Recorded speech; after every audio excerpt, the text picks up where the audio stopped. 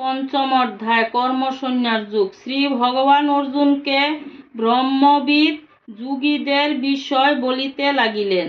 যাহারা যোগ সাধনার দ্বারা ব্রহ্মাকে চিনিয়াছেন, তাহারা কর্ম করিলে অনাসক্ত, তাহারা সকল কর্মফল শ্রী ভগবানে সমর্পণ করেন। এজন্য তাহারা ধর্ম সম্বন্ধীয় যন্ত্রণা হইতে মুক্ত হন। ব্রহ্মজ্ঞানী ব্যক্তি সকল প্রাণীকে সমভাবে দেখেন। মনুষ্য, পশু, পক্ষী প্রভৃতি সকল প্রাণীকেই তাহারা শ্রী ভগবান স্বরূপ দর্শন করেন।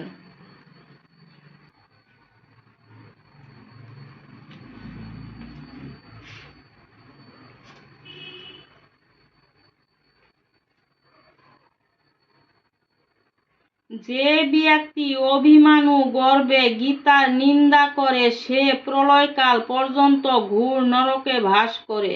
অহংকার বশে যে মূল গীতার্থ মানে না, যাবৎ কল্পক্ষয় না হয়, সে কুন্তিপাক নরকে পচিতে থাকে।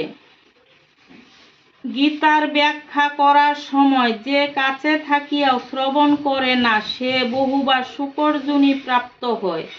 যে গীতা পুস্তক চুরি করিয়া আনে, তাহার সব নিষ্ফল হয়, তাহার গীতা পাঠেও কোনো ফল হয় না।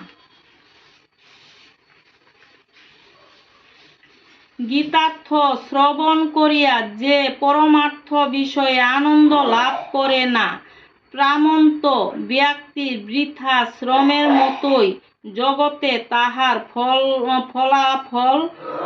ফল লাভ হয় না।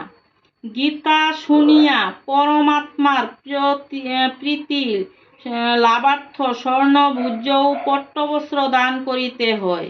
সূত বলিলেন, শ্রীকৃষ্ণ কথিত এ পুরাতন গীতা মহাত্মা যে গীতা শ্রবণ করে বা পাঠ করে, তিনি চতুর্থ ফল লাভ করেন।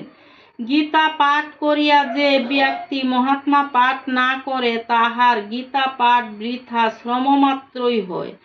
যিনি গীতা পাঠ করিয়া মহাত্মা পাঠ করেন কিংবা শ্রদ্ধাসহ শ্রবণ করেন, তিনি পরমাগতি লাভ করেন। যিনি গীতা ব্যাখ্যা শ্রবণ পূর্বক গীতার মহাত্মা শ্রবণ করেন, তাহার পূর্ণ ফল ত্রিলোকে সর্বসুখর কারণ হয়। ইতি বৈষ্ণবীয় তন্ত্র সারোক্ত গীতা মহাত্মা সমাপ্ত।